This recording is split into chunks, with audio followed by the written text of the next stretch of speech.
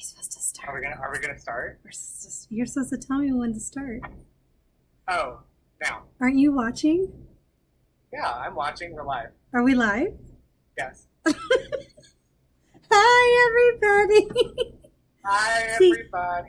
This is the problem when we're both hosting. We don't know who's the one that's going to be watching, telling us 3, 2, 1, go. We're going to have to work this out. We're going to have to figure that out in the future. We're going to have to plan. You know what I say? An audience, you tell us. Should we just start? Do you all want to see our pre-show where we try and figure out how all this works? Maybe they just want to see that. Press 1 in the comments right now if you want us to. Yeah. If you're like, we just want to watch you guys be ridiculous. I think we're going to get lots of comments. Here's some things. We've got some announcements to make. We have some announcements, you're correct. Yes. We have, I hope you have some of those dates because I am now looking that I don't. But big announcement, which we announced on Thursday.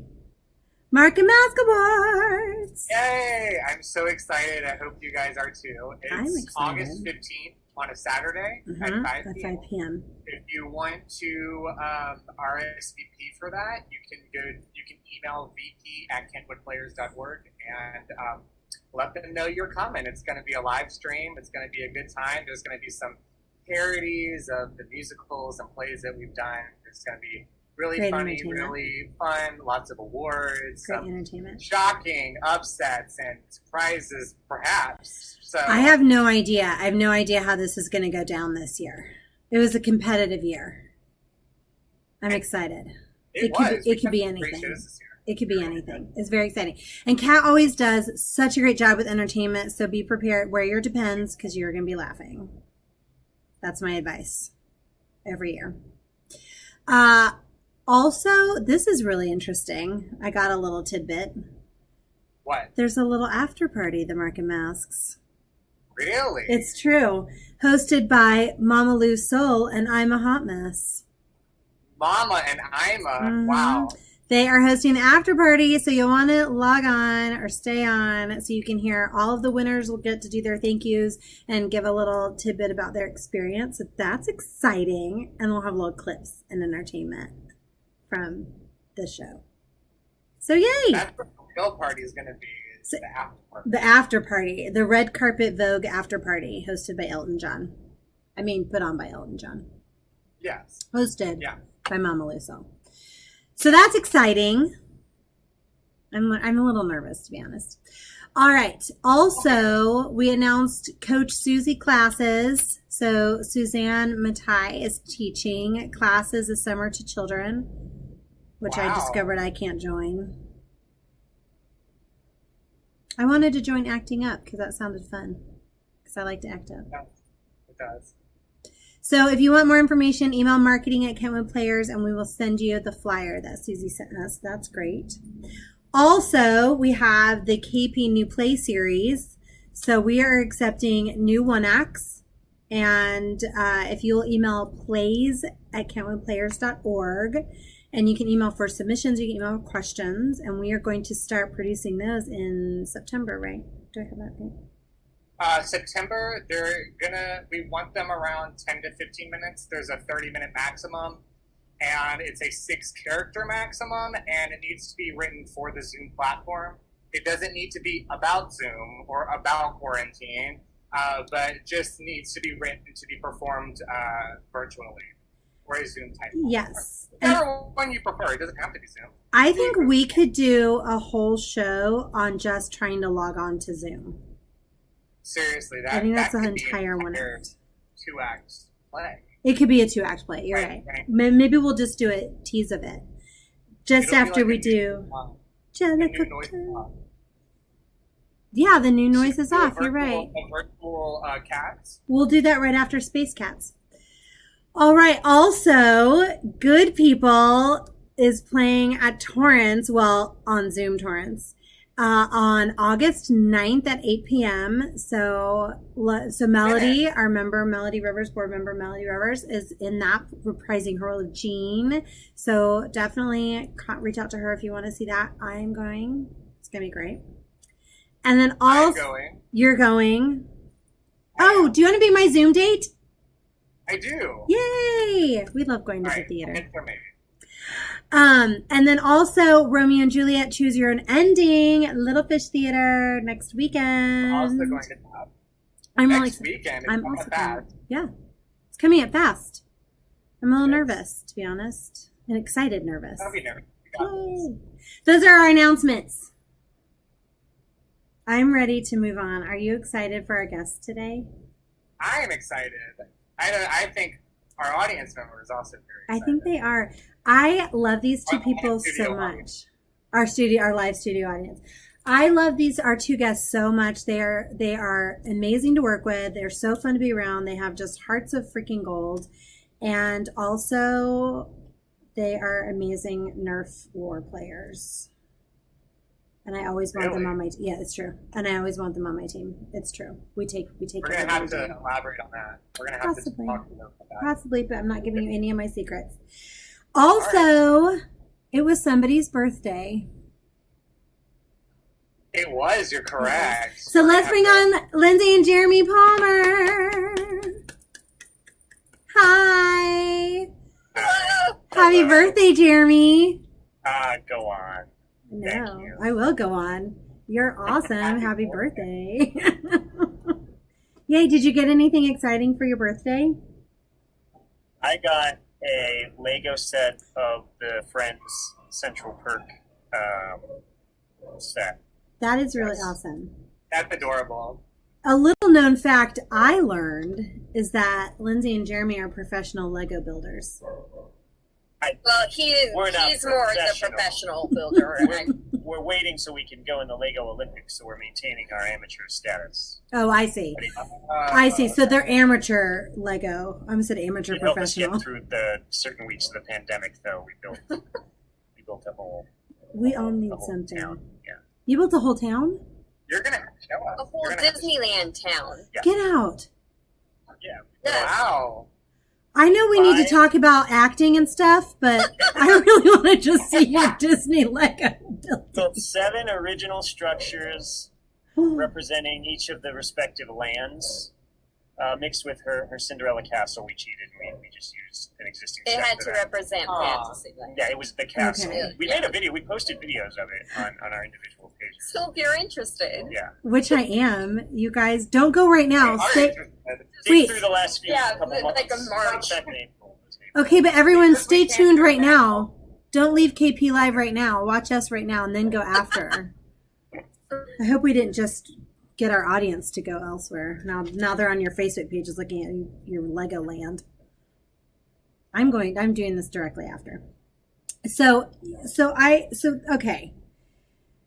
I asked, I was like, let me see what couple shows I could announce that you guys have done with Kentwood. And then after the longest list of shows in the shortest amount of time. Because how long have you guys been in Los Angeles? 5 years. This time. 5 years? This time, right? Yeah. Yes. We came back. You have worked so much, and I'm so impressed. So we have... Lyndsay, you were in Young Frankenstein, Big Fish, you played Josephine, you were in Sister Act, Little Mermaid as Ariel, she's my favorite, Pippin as Fastrada, Little Women, did I name them all? I'm missing one. No, I got them all. That was all of them. I got them all. And then Jeremy, you stepped in and did Dial M, which is awesome, and then stepped in and did Little Women, understudy, which was great. We really loved you in both of those. And you also producer on Pippin and Little Women. Yeah. This is a lot to do. And then also, like I said, won many a Nerf war. This is a lot to do in 5 years, and I'm super impressed. So how did you hear about Kentwood in the first place, and what got you to come and audition? Actually, the first time I heard of Kentwood Players was on 2008. It was 2008, and I auditioned for Gypsy. Because we lived in LA from 06 to 08. Yes. First. So that's like the very first time I ever heard of Kentwood Players. And I remember walking in and seeing all these beautiful old ladies. I'm pretty sure Charlotte was there in her sequin gown. And correct. I was just like introduced by, it just overwhelming welcomes and everything. I mean, I was just so blown away by the hospitality and the friendship and all the pictures. I went with her to the audition. Right. And it was just so much fun. I just had a great experience. I didn't get cast, but I remember just having that like on my radar, like for future productions. But we did go back to Denver, and yeah. So what? 8 years? 7 years. Yeah, we came back in 2015, and she started auditioning again in 2016. Right, and I found out.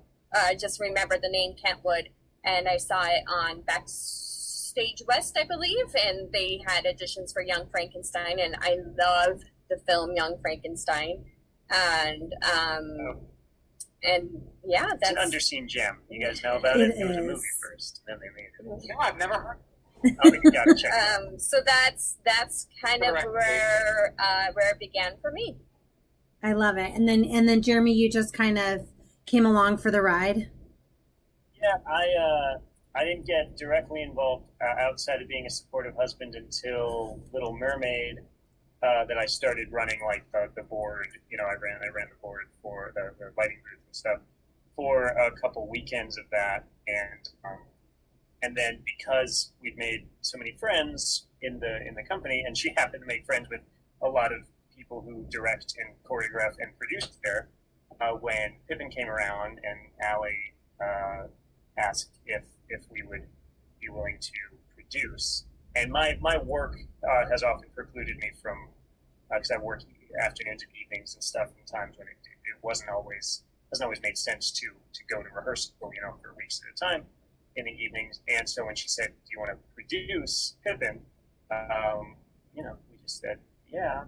Because for me, it was a way to do it. Because as a producer, you don't have to go to rehearsal all the time, and you can be more selective about when you show up. You do a lot of work at other times, but you can kind of decide, when that can form to your schedule a little bit more. And so, yeah, started with Pippin, and then wasn't necessarily planning to do a Dial-M for Murder, but that was a thing where they had tried to cast Thurl a couple times, and it had fallen through. And it was at such a time.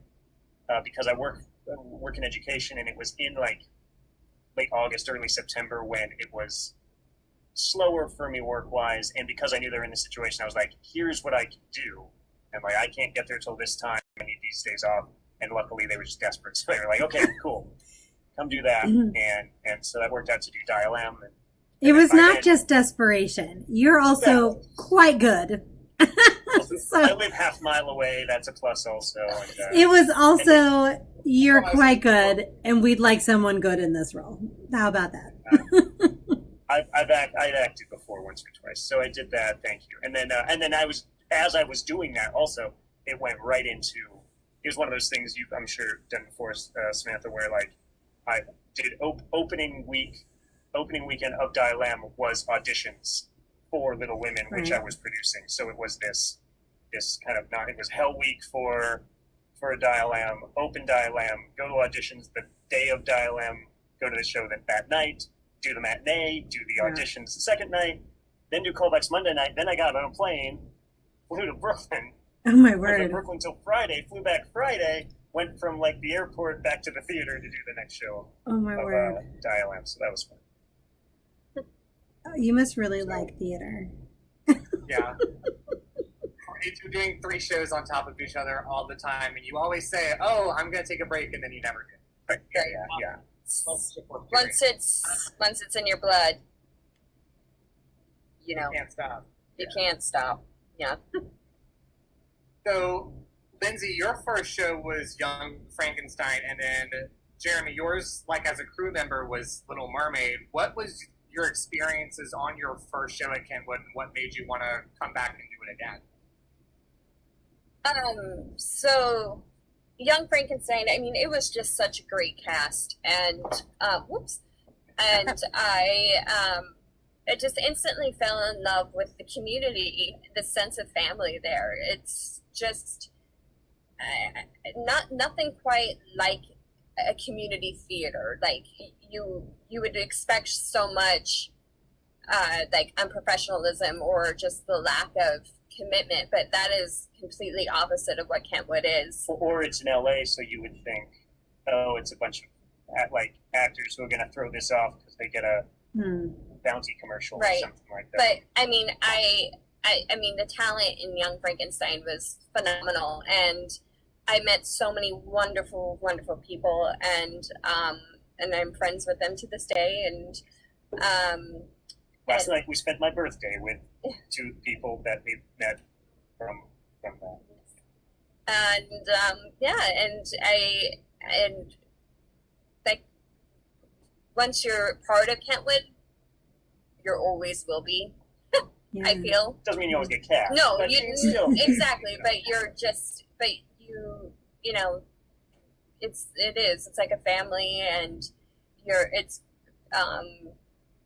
it's very welcoming. It's very accessible. It's very just open to new ideas, and it's great. It's a great place. That's what's great about the membership too. Is like I was a member. We were like members as a couple a year or two before I started doing anything, but that was a way of going to meetings or that kind of work Sundays and stuff like that. That I still knew the community and felt like I was part of the community well before I'd ever performed or produced or anything.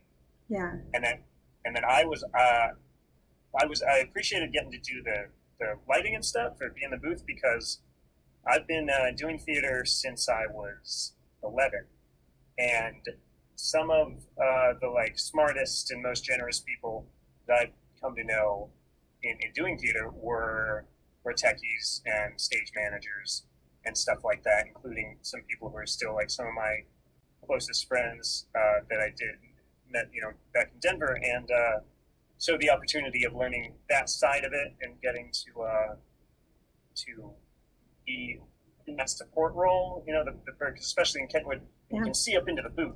So when you do the bows at the end and all that kind of stuff, like you really feel like you're a part of the whole. I mean, you are, but you're made to feel that way, especially. That's a cool thing, especially when she was doing this dream role of hers, doing a Little Mermaid, to be able to kind of, even sure I did bring up the lights on you at the wrong time that time, you had to go across the stage. One of the favorites. That was on me. We can get to my shortcomings as a technical theater person. There's plenty of stories you both have about that, but oh yeah, I think you saved us more often than not.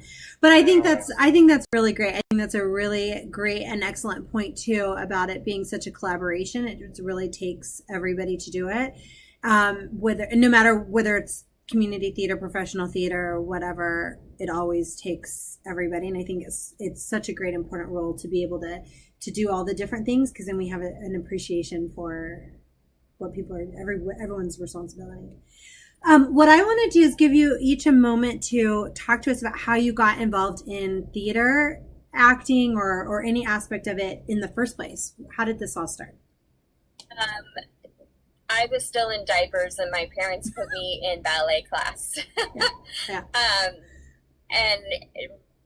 I started off as a professional ballerina, and but I had drama camps like throughout my childhood, and I wasn't really serious about theater until I was like in 7th, 8th grade. But I was still pretty heavy in the ballet world. But yeah, I would have to say 7th and 8th grade, junior high, I was getting more involved with the theater, and I was like, oh, you can dance and you can act and sing in all in one. That's fantastic. So without knowing really any idea of what I was doing, I think I landed the roles because of my dancing, but then I was like, oh, yeah, I guess acting and singing is kind of important as well. So, always trying to learn things and try new things, and that's pretty much what happened. I just, yep, yep, went to college for it, and here we are. I feel like musical theater is often just like, oh, trying new things because why not? Right. Right. Yeah. So Jeremy, how did you start at the ripe old age of 11?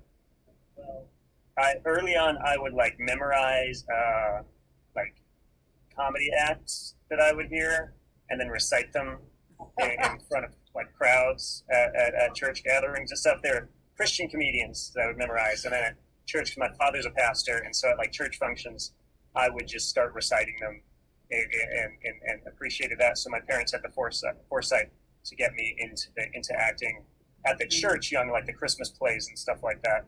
So I dabbled in that, and then when I was 11 was the first time there was like a summer theater program at the Aurora Fox back in Denver, and so in 1994 I started doing that, and then from pretty much summer of '94 through 7 years later, graduating high school was more or less an unending stream of community theater, then into professional theater in Denver, mixed with doing shows in high school and just pretty much nonstop all the way through into college, and then in college and stuff. So it was basically a 10-year period ultimately of just kind of one show after another.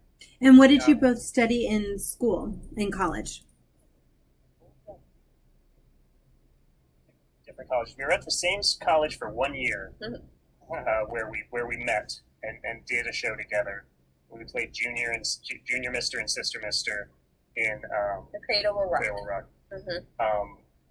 That was the only thing we were on stage for. So I designed props for Measure for Measure. Yeah, Mm-hmm. and had a complete history of the anyway. Then we finished college at different points in time, but we both got theater degrees. So you both have degrees in performance? Yeah, just a bachelor's in theater, basically. Yeah. Mm-hmm. Mm-hmm. Bachelor of Arts. Bachelor of Arts, yeah. And then Jeremy, I know you are a playwright and a screenwriter, and so is that what brought you? Well, or was this like LA is a place that fits for both of us, or? Originally, when we first lived out here, I was out here for a year, and then we got married, and she moved out here, and we were both out here, kind of pursuing both things because we were both pursuing acting, and we'd go on auditions and had agents for that kind of stuff and things, and then I also had a couple plays get done in just little strip mall theater places around in LA. It was the Hollywood theater scene, where it is people who throw you off for a bounty commercial, and they're just doing it to, maybe get seen by a casting director. It's all a stepping stone, which is always what I appreciate about Kentwood and the whole community theater scene, mostly, in the South Bay, with some exceptions up to like Palisades and stuff, but that's the true community theater spirit. But when we came back in 2015, it was because I got into the MFA screenwriting program at USC, and so that was the only reason. We when we left in 08, we were kind of like, okay, well, LA was fun. We're gonna go buy a house and have a family and be normal people, and we accomplished one of those three things. Bought a house, but then now we're back here. So how do you feel that? Do you feel that Denver theater is any different than theater in Los Angeles? I felt that way about when I used to do Hollywood theater. It was very different. Now that we're in Kentwood theater and the other theater, because you also then you were at Morgan Wixon, and where were you? Long Beach. Mid-pandemic Long Beach. Long Beach. And now we've gotten to see all these other shows at Torrance and Palisades and all these other places. That feels much more like, because not nobody, but Denver's not a place you go to make it as an actor. Most of the people in Denver are people with jobs and careers, and they do There's theater. a handful of people that are equity, and there's a small number of professional actors, and they're very, they're very good, fantastic. they're very talented. Yeah. But most of the actors in Denver are most of the performing in Denver is more community theater, and it is, like that. It's a community, and so in that sense, it's more similar to what we're used to. Yeah. Mm-hmm. And so I know that there was a theater that you worked with primarily in Denver. Talk to me a little bit about that theater. So the theater company that we were or still are involved with is called Family Theater Company. It is based only on people with disabilities. Our artistic director is in a wheelchair. She also has her MFA in theater from UCSD, and she got after her. So it's a professional theater company. We would put on full-length plays and Broadway-style shows, and we would perform at the Denver Center Performing Arts Complex, which is a huge deal. And and so you're like, oh, are they disabled? Yes, we are. I'm completely deaf in my right ear. I only have partial hearing in my left ear, so I'm half deaf. Jeremy has so many problems. I can't just leave it at that. That's true. No. He has, well, go ahead, explain what you have. Oh, thank you. You're welcome. I have several congenital heart defects that have resulted in 4 open heart surgeries spanning ages of 5 to age 26. Wow. That also involved the removal of a lung, the installation of an artificial heart valve, and the paralysis of half of my diaphragm. Wow. Mixed in there, here and there for good measure. Yeah. So, in this company just was very accessible, very accommodating, and they showcased our disabilities, but rather our disadvantages are advantages, if that makes sense. Like it highlighted what we can do, not focus on what we can't do. Yeah. And they just made it possible, and it helped me as an actor be very patient with just working with disabilities all across the board, being patient with myself, and knowing that nobody's perfect, and even professionals have their bad days when performing or whatnot. And we went to Japan with this theater company and performed the Fantastics. That was life-changing. I joined the company. I was 14 when I joined the company. It's been around for 30 years now. I started when I was 14, and it is outside of like my church and my F family, as we call it, because Family Theater Company spelled with a PH.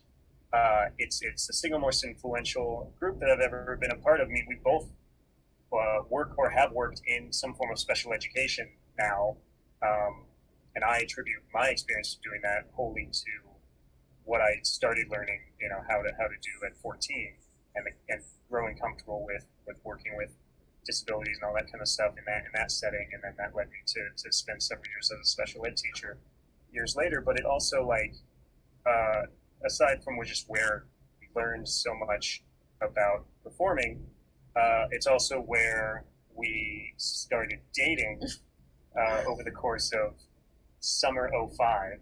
Mm-hmm. We started a production of Joseph in like May of '05. We were engaged by September of '05 after having done, really crammed a lot in there time-wise. When you're doing a show, you do all the rehearsals, and then you go out after rehearsal till like 2 a.m, and then so that worked out well. And then also going to Japan, I also a great deal of writing that I did was doing sketch comedy for Family, which would do an annual sketch comedy show. I did that for 5 years. Then I wrote my own show that was done in Boulder for a few years, and all that kind of dovetailed into applying for USC based on a lot of what I learned and gleaned from that process. And we got to go to Japan, and that was amazing. And now we're still.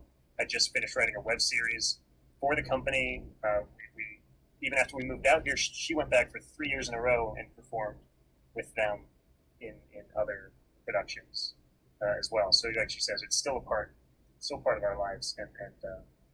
and never. I mean, in a way, it always will be. Oh, absolutely. Yeah. So there's I have so many questions. Oh, there's a kitty. I was going to say, yes, it's my, Her Highness has decided to join us to approve of everything going on. Welcome to Pandemic World. This is what happens. I'm sure, Sam, you have a bajillion questions, and I hope that you will can be on for a long time to answer them all, because I have just so many things I want to ask you. So first of all, you met though before did you both join the theater company separately, or was this something you decided to do together? I joined in '97 when I was 14, and then like about a year after I joined, I was doing a non-family production at the Denver Center. They were doing a production of Treasure Island that would do school matinees for, and she came and saw that. I remember him specifically and had the biggest crush on him. I was in 7th grade, and they had like a Q&A after the show, and I was one of the many girls that like asked like, "Oh, are you seeing anybody? And like whoever your handler was like, "That's an inappropriate question," or whatever. It was none of your business. But, Sarah and Michelle Gellar were in my head very. We had a thing going. Okay. Yeah, well, of course.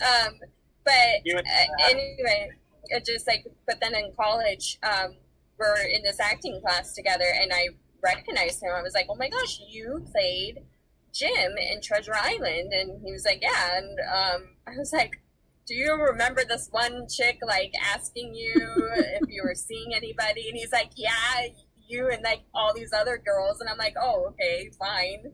Sorry." It happened a lot. Okay? But I didn't remember specifically, but as I knew as we did Cradle, and I found out about her hearing disability, I told her, "Oh, you should audition for Family." And then, like, the next summer is when you did Guys and Dolls, I think, which I wasn't in. It was her second show, like my 4th, 5th. So let's talk about the theater itself. And I love what you talked about with it highlighting the advantages, not the disadvantages. But correct me if I'm wrong. You're doing all shows. Like, it doesn't matter, shows that any theater would do. Correct? Yep. It's not shows that are designed specifically for. I love this. It incorporated that eventually with a sketch comedy. That was stuff, written by and about. That was more in your face kind of stuff because it's comedy and it's like about based on circumstances. Although not all of that was disability specific, but otherwise it was founded doing just like annual musicals, summer musicals, and then as time has gone on, it added a fall straight show that it would do, and then it started doing sketch comedy, and then it's done smaller level musicals like the Fantastics, or like Honk that it also just took to Japan again, and all that, and going into online stuff and things like that. But it's still primarily known as a theater company, and its flagship is still like the summer musical, which is marquee. Well, just one example of the musicals we did and how we incorporated into the story was we both were not in this particular show, but they did The Wiz, and our Dorothy was blind, and she needed her guide dog, and they were like, "That's perfect, that's your Toto," and so they literally just used her guide dog as her little sidekick, and it worked so beautifully. And it's like, I mean, and you just like, yes, maybe the first few seconds when you see all these people like differently abled, like you're like, "Oh, that's surprising that like Into the Woods, like our witch had MS and she had a cane, but her cane was her staff and her wand." So it just worked. It just all incorporates and it all works out. But it's like the first thing you notice, but then like maybe a few minutes after the show begins, you completely forget that, that there are these people with different disabilities putting on a show. It's just people putting on a show. Right. I love actors, like professional actors putting on a show. Right. Yeah. I love that. And have you found, as you've gone elsewhere, and you each have the things that you deal with.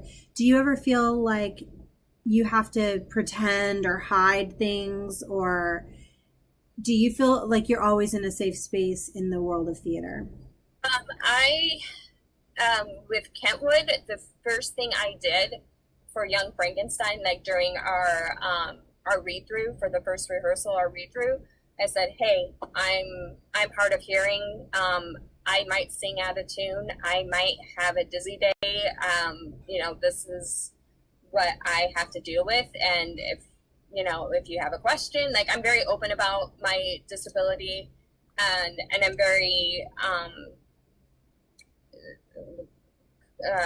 just comfortable by saying like, hey, this is what I need. Hey, this is how I'm going to be successful for you.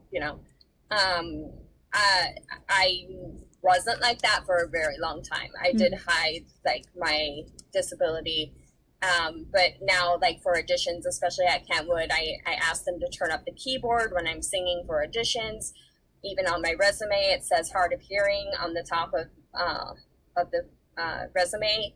So it's there for people to see, and if they have questions, great. But what I love about Kentwood is that they're very much want to be helpful and want to accommodate, and they have been so great with that, and I'm so happy to see that not only me but like Jeremy and a few other people in the Kentwood community have disabilities, and they use it, and it's great. How do you feel that theaters can be more accommodating or feel more welcoming to you or to anybody with a disability? What kind of changes would you want to see so that you can feel more welcomed in other theaters that you might not be familiar with? I mean, a big hurdle is I don't have to deal with this, fortunately. Neither of us do, although the hearing aspect it's amazing what she's able to accomplish on her own, but also wonderful how flexible and accommodating people have been at Kentwood for that, and elsewhere so far. Yep. Usually, if they're not going to be accommodating, you just don't get past the audition. Right. It's uncommon that they'll cast you and then be unwilling to work with you in the first place. It's just the bar of getting cast in the first place, and particularly more so with people, particularly with mobility issues, especially wheelchair users, because you might have a theater that isn't, at least not in design, that isn't accessible to everybody. It may be from the audience standpoint, but the performance side of it, that thought has not gone in. And oftentimes, legally, there are kind of loopholes and grandfather clauses where facilities can get away with doing that. And to me, that doesn't mean, I don't think they should be letting themselves off the hook for that and saying, well, we don't have to do that, so let's move on. I mean, the sad truth as an actor is, in LA, there are literally always 10 people behind you willing to kind of take your spot. Actors are literally a dime a dozen in that sense. Yeah. That there's always so many more people, and so theaters may feel like, if especially and unfortunately, because there is still the hurdle of, unless a role is written to be disabled, to play by a disabled character, then a lot of people still won't think of opening that up to people with disabilities. And then even if a character is written to have a disability, often they'll just say, well, we'll just cast someone who's not, and then we'll have them pretend to be disabled. And that's normal, and that's been going on for a very long time. But there is still that hurdle of getting past the audition. In some ways, even getting on stage can be a hurdle that is almost too much trouble for the actor to even go through. And sometimes, the theaters I know of, it's certain, might discourage someone from even coming in because, well, we can't get you into the green room, or we can't get you into the dressing rooms, and all those kind of things. And I feel like there are usually, we are creative people. We are a creative industry. I feel like there are usually creative solutions that don't necessarily have to be arduous or burdensome or putting the theater at liability either. They don't have to be that if people can be a little bit more open to creative solutions. Right. That's great. Sorry, I forgot what the question was. No, you answered it. Yeah. It's not something I ever think about or am passionate about at all, clearly. Clearly. We talk a lot about the power of theater and influence on society, on ourselves personally as actors, audience members, etc. And you touched on this a little bit with talking about your experiences. What I'm curious is, have you seen, especially with family theater, have you seen the impact that it makes with the audiences that come and see it, or the actors within that show? Like, how is it affecting the community and the people involved? It's the biggest response I think we get is like, I didn't know you could do that. Oh. Or, wow, you're deaf and you can sing that good. It's like, well, yeah, but it takes a lot of work. Like, it's like, you can't just like snap your fingers and just be like, great, let's do something. Like, no, there's so much work, and there's so much, like Jeremy said, like creativity that has to come into play.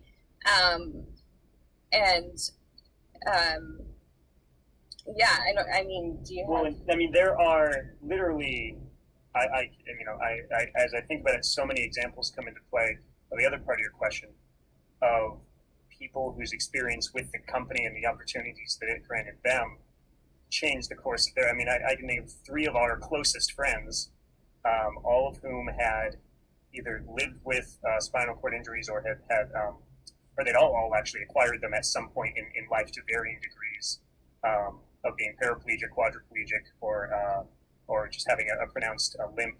And they all came into family at different points. 1 in high school, 2 came in their 20s, and were with it for several years. And 2 of them became equity actors. One of whom has a PhD in theater now, and is a theater professor. One is a company member at the Oregon Shakespeare Festival. And they would all attribute family with what most of them had. If a couple of them had aspirations to perform, and then they had their injuries and assumed, well, I got to think of something else to do. One of them was young enough to have grown up with it, and there's actually interviews that she's done where she's like, "Yeah, I love being with family, but I'm not, I'm not really going to be pursuing. Like, it's not really realistic to pursue a singing career." And she's a professional equity actress.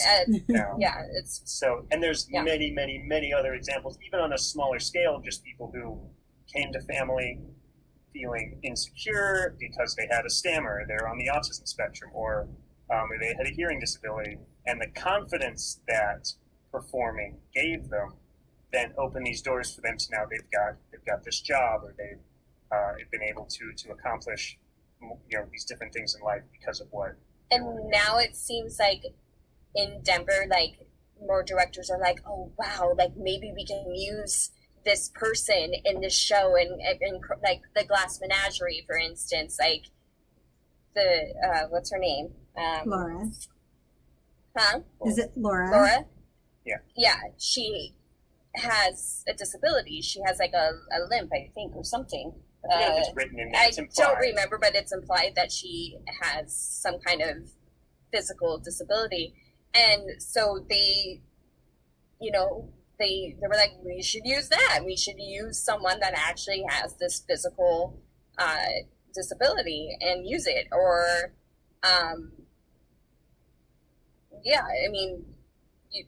people are just are opening their eyes and are just like, oh, we can actually use this person to not only their advantage but our advantage, and it's a team thing.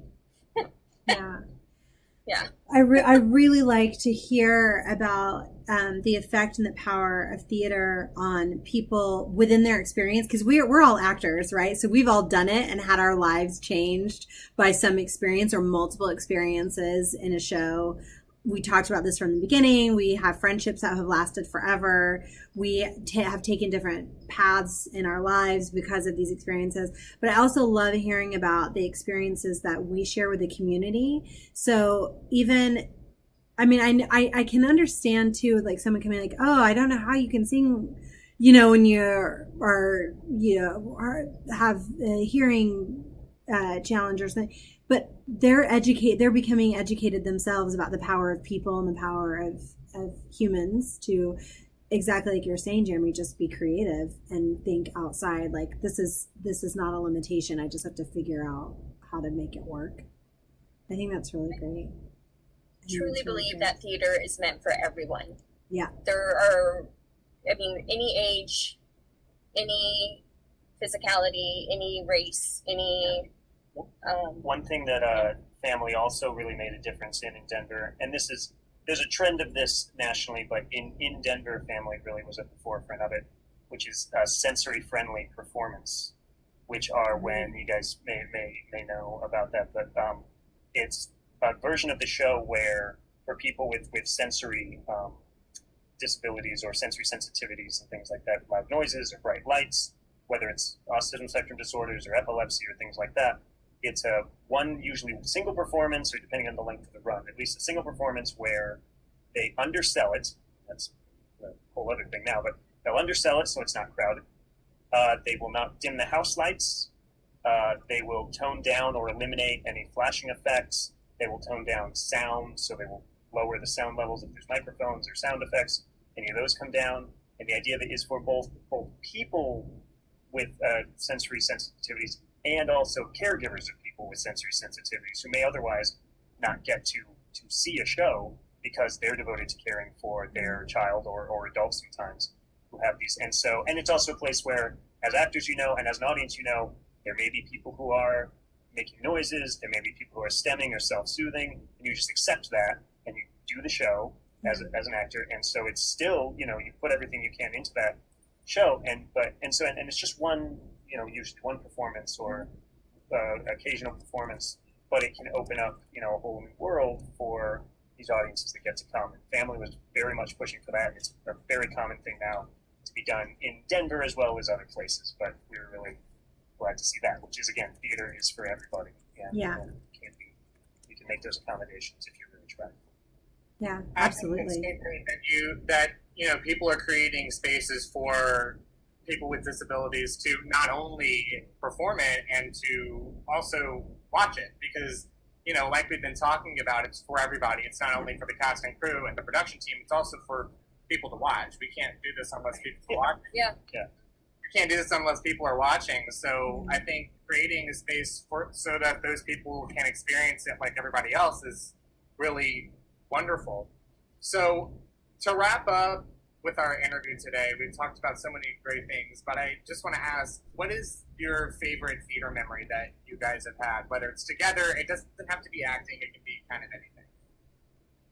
That's hard to answer because there's just so many, and I feel like each show I have done has had a special memory or moment. I would have to say, and this was back in, this was more recent when I played Ariel in The Little Mermaid, and what is that? Yes. I don't know if you can hear this. Hear the ice cream truck parked outside our window right now, but can't hear it. When it comes to me and singing, you know, singing is so important to me, but it's also one of my biggest enemies because I'm hard of hearing. So it's like I can only hear just a small bit of what the normal person can hear, you know. I just found, like, for an example, this is kind of off subject, I just found out what stereo meant. I had no idea that the right earbud had different sounds than the left earbud. So I've been listening to all my music. She thought her earbuds were broken. She's like, this one has sounds that this one doesn't have. So it's like, I had like no idea, and it just like, it brought me to tears. I'm like, there's so much more that I'm not even hearing. And so anyway, no, so it was, I will never forget this. I was singing part of Your World, and I was looking up, like, did my little choreography, and I had goosebumps on my arm. And I was just like, oh my God, I did it. Like, I actually gave myself goosebumps. And just the claps and just that moment with the spotlight and, you know, me as a Disney princess, like I had goosebumps, and it was just something that was so special, and so like I was just so proud of myself for being on that stage and for being a lead and you know, doing something that I am so passionate about. It was a very cool feeling. It was pretty exciting to watch you. I just want to throw that out there. I'm still a little girl at heart. I always will be. And I was like, me and the rest of the children were like, Ariel! So it was pretty awesome. And I didn't know you then, really. I'd met you, but I didn't really know you. So it was not a bias of like, well, yeah, Samantha, it's because you love her so much. No, it was just because you were awesome. But I do love you so much. Jeremy, how about you? I was about to say. Sorry. Sorry, I was trying to think of one that wouldn't require a long explanation or anything. Because there's a lot after 26 years of doing things. Sam, you know how that is. Sam can follow you doing something 26 years, right? You're with me. But I'd probably have to go with one that was actually, it was from a writing directing standpoint. It was an original show that I had written. It was for family, and it was just a very complicated show. It was a courtroom dramedy, basically, that I had written for this cast and then rehearsed and casted with a lot of very inexperienced actors, and watching that from the booth on opening night, and it was just one of those. We were just very bare bones production of it, so it didn't have a lot of resources and a lot of money behind it, and just doing a couple weekends of shows. So it really had to get nailed. One of it be nailed like the first time out, and I don't know. I was just very very nervous watching that, just because a lot of things could have gone wrong, and was able to just kind of watch it get pulled off and watch the cast kind of get each other through it and get themselves through it, and watch certain cast members. I had a lot of cast members with like learning disabilities and memory and cognitive difficulties and stuff, and for them to be able to go out there and perform consistently and pull off a somewhat tricky concept that I decided to try to do that night was a really special memory for me, for sure. Again, coming at it more from the writing directing standpoint, because now that's what I do more is the writing thing. So that's why that one probably stands out. That's pretty cool to see your creation up there. Yeah. That's neat. Did Sam get frozen on us? No, sorry. I was just, basking in the answer. Mm-hmm. Sorry. My internet's a little wacky. So we just have one last question before we actually wrap up. Do you guys have any advice for any actors or writers or Lego builders who want to go? I mean, like I said, theater is for everyone. Try it. Don't give up. Work hard. Find a community that will accept you, and you will. And I mean, it's, if you can dream it, you can do it, and that's the words of Walt Disney, and I live by that. That's great. How about you? Anything else I say will just sound like crap after that. Thanks. Aww. Although I like to So adorable. You like to emphasize that it should be fun. You know, it is called a play. It's not called a work. It is work, and you should work hard at it.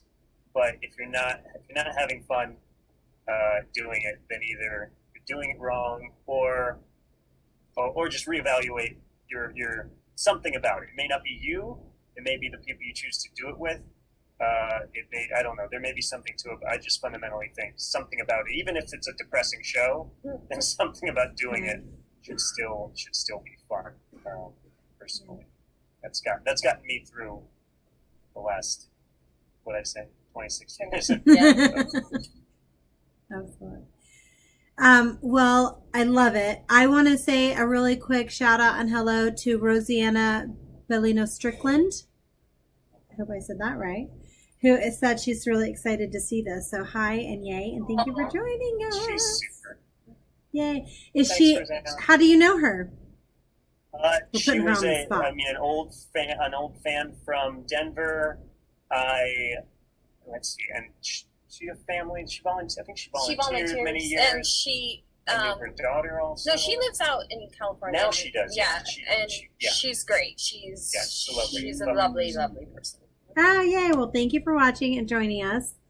And that is awesome. And everybody else, thank you so much for joining us and getting to learn a little bit more about Lyndsay and Jeremy. And thank you, Lyndsay and Jeremy, for sharing. Thank you so much for having us. This was really lovely. And thank you so much for asking us these questions. I feel like some of these questions can be uncomfortable, but or even our responses might be a little weird and uncomfortable or out of the norm, but it's 2020 and things are weird. So. You know what? We need to talk about a lot. I think we learned a lot that those kinds of questions are definitely what we need to be asking right now. Yeah, absolutely. So we don't always think, there's so many things that we're not always aware of and thinking about and considering. And it bears repeating that, like, everything that's going on as far as awareness of representation, of equality, of discrimination, a lot of times disability issues get left out of those conversations. Yeah. And it's never, I don't think you can't go wrong reminding people that that is a very marginalized population in a lot of situations, and definitely needs its shared equality to happen as well. Yeah, absolutely. And I think I've already learned a couple things and made a few notes of things I want to address or look at. I know my life personally, I don't want to speak for Sam, but I feel like almost at this point I can. We speak for each other. But I know our lives have been enriched by knowing you too. And I know we've each gotten to share our our one-on-one experiences from working with each of you. And I just am really thankful that you're able to share it with more people in this, and hopefully we can continue to do that. I know I'm taking some of the things you've said already and going, some things we need to work on. Noted. So thank you for doing that. I really appreciate it. Yay. Sam, thank you. Oh, thank you. He's just enraptured with you guys. He's like, I'm just listening, just taking it all in. But you're correct. We share a brain, and you know my life. I have definitely been enriched by Lyndsay, and something that I thought was not funny, but just I just thought about it, was that Lyndsay talked about how she's met lifelong friends from doing shows at Kentwood, and especially from her first show, and that's how we met. We're very close friends now, and that was the first show I did, was Little Mermaid. So I think that kind of thing comes up a lot when we have these conversations, is that theater just makes these connections forever. Yeah, absolutely. I love this total love fest we're having at the end of KP Live. It's awesome. Yay, theater. Oh, I have a pen in my hand. It's great. All right. Well, thank you all for joining us and watching, and we will see you Thursday, 7 p.m. We'll have another ABC of theater to join us. Yay. Who are we having on the show next? I'm sorry, you're frozen. I can't hear you because of the internet. Can't hear you. Break it up. I can't hear you. Who are we on the show next, Samantha? I don't know. I have it on the list, but I don't have the list up. But we'll announce it on the social medias. We'll keep you guys updated. All right. See you all later. Bye. Thank you so much. Bye.